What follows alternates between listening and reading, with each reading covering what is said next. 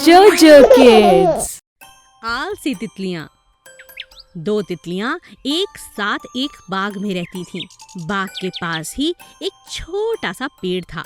उसी के पास दोनों रहती थीं, मगर दोनों बहुत ही आलसी थीं। सर्दियों के दिन थे, बहुत ठंडी हवा चल रही थी। तो सोना तितली ने मोना तितली से कहा, सुनो मोना, बहुत ठंड है, तुम ही बाहर से 2-4 फूल तोड़ कर ले आओ। मेरा दिल नहीं कर रहा है बाहर निकलने का। जाओ बाहर और कुछ फूल ले आओ। मैं क्यों लेकर आऊं? तुम्हें भी तो भोजन करना है। तुम चली जाओ, बाहर बहुत ठंड है। मेरा तो जाने का जरा भी दिल नहीं और मुझे भूख भी नहीं लगी। दोनों की दोनों एक दूसरे को काम के लिए कहती रहीं, मगर दोनों उठकर बाहर जाने को तैयार ही नहीं थीं। अचानक बहुत तेज ठंडी हवाएं चलने लगी। तितलियां ठंड से कांपने लगी। अब बहुत ठंड है, बहुत ज्यादा ठंड है। जल्दी कुछ करो, नहीं तो हवा अंदर तक आएगी और हम मर जाएंगे। तुम उठ जाओ, तुम ही कुछ इंतजाम कर लो। इतनी ठंडी हवा है, अगर मैं बाहर गई तो मर जाऊंगी। और ठंडी हवाएं अंदर आती रही। ठंड से दोनों तितलियां कांपती रहीं, मगर अपनी जगह से हिलने को तैयार नहीं थीं। हे भगवान, हमारी रक्षा करो। हाँ भगवान, अब तुम ही कुछ करो, बहुत ठंड है। दोनों तितलियां भगवान से मदद मांगने लगी, मगर उठी ही नहीं। इसी कारण तेज हवाएं बढ़ती गईं और दोनों मर गईं। अपने आलस के कारण उन्होंने अपनी जान गंवा दी। हमें कभी किसी पर निर्भर नहीं रहना चाहिए। अपना काम स्वयं करना चाहिए। चालाक बाज। एक घने जंगल में बरगद के पेड़ पर बाज अपने घोंसले में रहता था। वो बहुत शैतान था। बाज सभी जानवरों के बच्चों को उठाकर अपने घोंसले में लाकर खा लेता। कभी वह पक्षियों के बच्चों को लाता तो कभी जानवरों के। सभी जानवरों और पक्षियों को अपने बच्चों की बहुत चिंता थी। एक दिन एक लोमड़ी, जो इस बात से अनजान थी, अपने बच्चों के साथ उसी पेड़ के नीचे बनी एक गुफा में रहने आई, जहां वो शैतान बाज रहता था। अगली सुबह लोमड़ी अपनी गुफा से निकलकर बच्चों के लिए भोजन ढूंढने गई। जैसे ही वह वहां से चली गई, बाज गुफा में घुसकर लोमड़ी के बच्चों को उठाकर अपने घोंसले में ले आया। जब लोमड़ी लौटी तो उसने अपने बच्चों को ना पाकर उन्हें ढूंढना शुरू किया। मेरे बच्चे कहाँ गए? मेरे बच्चे, तुम कहाँ हो? लोमड़ी ने अपने बच्चों को इधर-उधर ढूंढना शुरू किया। तभी एक उड़ते हुए तोते ने लोमड़ी से कहा, तुम्हारे बच्चों को बाज ले गया है। जाओ, अभी जाओ, नहीं तो वो उन्हें खा लेगा। क्या कहा?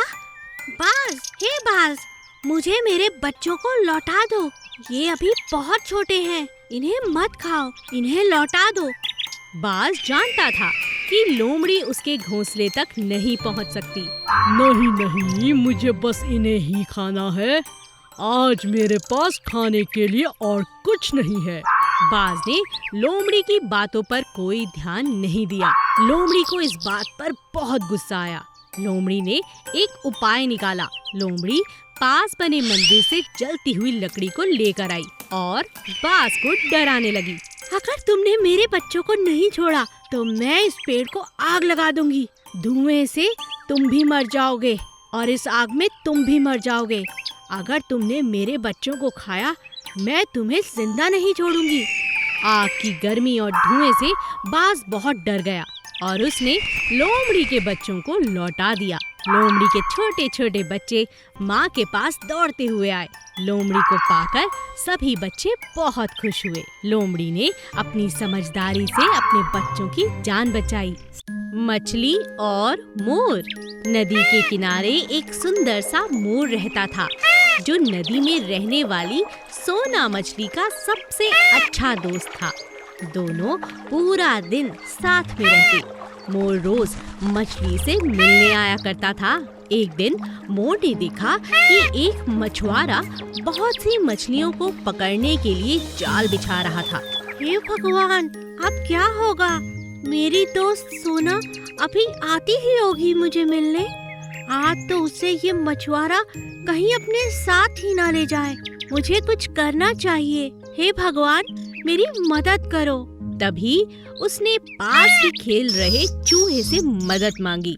चूहे दोस्त, मुझे तुम्हारी मदद चाहिए। तुमने अगर मेरी मदद की तो आज मैं अपनी दोस्त और नदी की काफी मछलियों की मदद कर पाऊंगा और उनकी जान बचा पाऊंगा। पर मैं कैसे तुम्हारी मदद कर सकता हूँ? मैं बताता हूँ। दोनों ने मिलकर एक योजना बनाई और चल पड़े नदी की ओर। बस कुछ ही देर में मछलियाँ मेरे कांटे में फंस जाएंगी और फिर मैं आज खाने में मछली ही पकड़ कर खाऊंगा। मजा आ जाएगा। इस नदी में तो बहुत सी मछलियाँ हैं। तभी मछुआरे ने देखा कि एक मोर जो बहुत सुंदर है, बहुत खूबसूरत तरीके से नाच रहा है। मछुआरे का पूरा ध्यान कांटे से हटकर मोर पर चला गया। अरे, इतना सुंदर मोर! मैंने कभी पहले मोर नहीं देखा। यह तो नाच रहा है। वाह, मजा आ गया।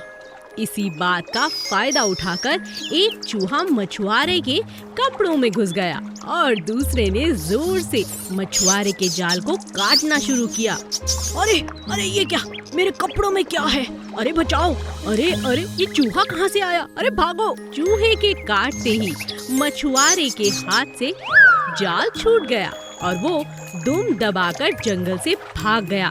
चूहा और मोर सोना मछली की जान बचाने में कामयाब रहे और इस तरह अब सिर्फ सोना मछली और मोर ही नहीं, चूहा भी उनका अच्छा मित्र बन चुका था। तुम्हारा बहुत बहुत शुक्रिया। मोर ने अपनी दोस्त की जान बचाने के लिए चूहे का शुक्रिया अदा किया। शैतान कौवे। एक पेड़ पर बहुत सारे कौवे एक साथ रहते थे। वे किसी को भी अपने पेड़ पर आने ही नहीं देते थे। कौवे बहुत शैतान थे, हमेशा अपनी मस्ती में ही लगे रहते। एक दिन जंगल में चारों ओर अंधेरा ही अंधेरा हो गया। बरसात का मौसम था और जोर की आंधी चल पड़ी। कुछ ही देर में जोर की हवाएं चलने लगी। कुछ ही देर में एक चिड़िया आई और उसने कौवे से कहा, भाई कौवे, बरसात होने वाली है, मुझे भी थोड़ी देर अपने पेड़ पर शरण दे दो। क्या मैं थोड़ी देर यहाँ रुक जाऊँ?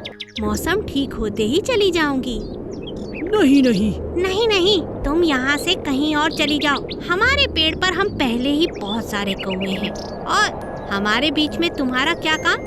हमें बिल्कुल पसंद नहीं कि कोई और पक्षी हमारे पेड़ पर आए। तुम आगे जाओ, कोई और पेड़ मिल जाएगा और अगर यहाँ जबरदस्ती आई तो मैं तुम्हें भगा दूंगा, समझी? चिड़िया समझ गई कि कौवा बहुत घमंडी है। बेचारी चिड़िया आगे उड़ती गई और इसे एक छोटा सा पेड़ मिला, मगर उस पेड़ के अंदर बहुत गहरी एक जगह थी जहाँ जाकर वह छिप गई। कुछ ही देर में जोर की बरसात होने लगी और बरसात के कारण सभी पेड़ इधर उधर गिरने लगे।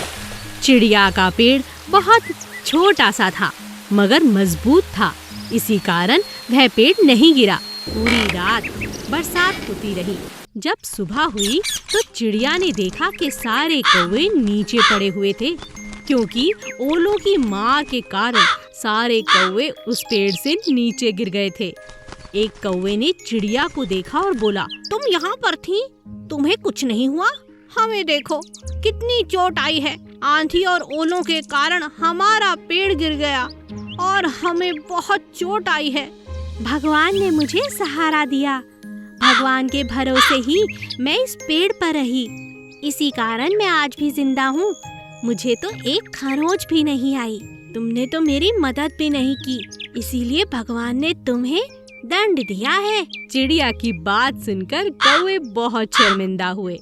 हमें माफ कर दो, आगे से हम भी बाकियों की मदद करेंगे। स्वच्छ हाथी।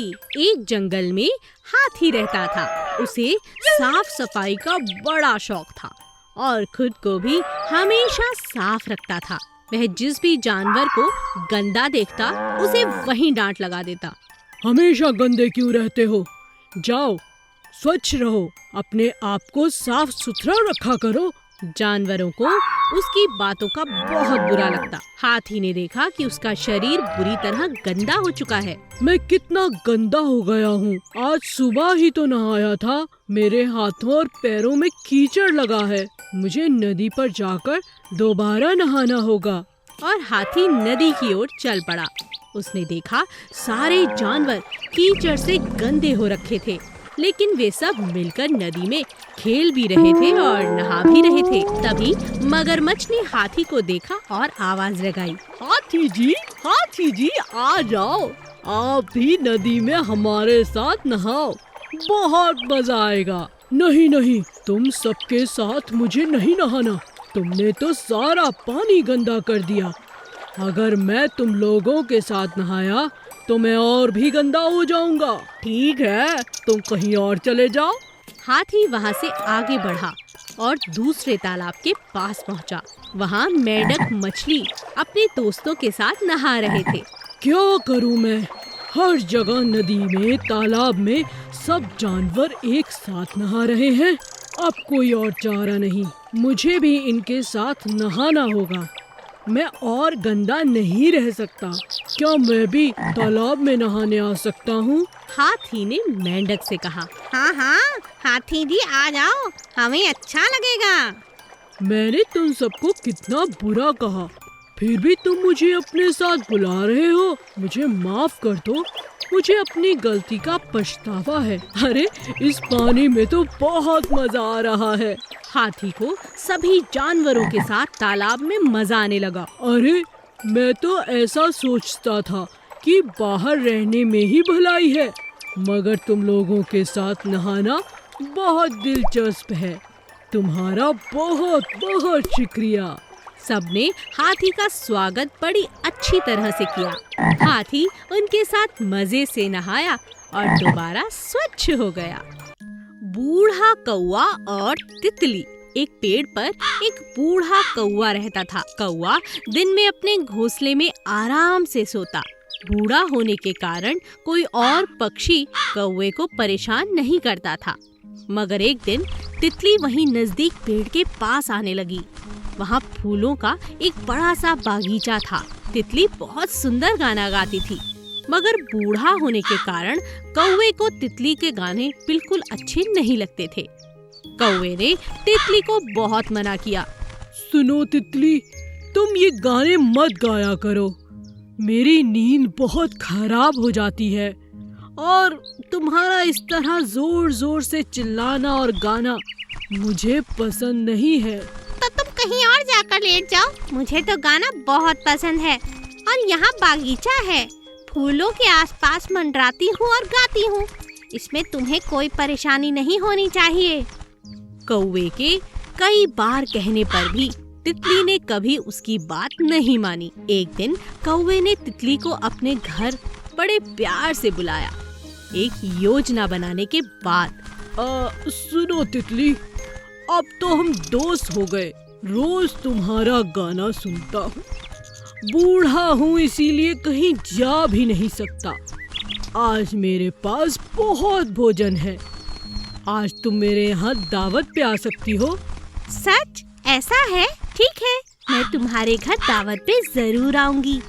शाम को तितली कौवे के घर दावत पर पहुंची। तितली बहुत खुश हो गई। तभी कौवे ने उससे कहा, तुम्हारा स्वागत है। तुम जानती हो मैं बहुत बूढ़ा हूँ, कहीं नहीं जाता, इसीलिए तुम्हारे गाने से बहुत चिढ़ता था। मगर रोज रोज तुम्हारा गाना सुनता हूँ तो अब यही गाना बहुत अच्छा लगता है। तुम आज गाना नहीं गाकर सुनाओगी? मेरे घर आई हो, कुछ तो गाकर सुनाओ। तितली बहुत खुश हुई और गाना गुनगुनाने लगी। गाना गुनगुनाते गुनगुनाते जैसे ही तितली ने अपनी आँख बंद की, कौवे ने कहा, मुझे सुनाई नहीं दे रहा, मेरे करीब आकर गाओ। तितली कौवे के करीब आकर गाने लगी और जैसे ही तितली ने गाते गाते अपनी आंखें बंद की, मौके का फायदा उठाकर कौवे ने उस पर झपट्टा मारा और उसे मार डाला। और इस तरह कौवे ने अपना बदला लिया तितली से। बूढ़ा होने के बाद भी बड़ी चालाकी से कौवे ने अपना बदला लिया। Please subscribe.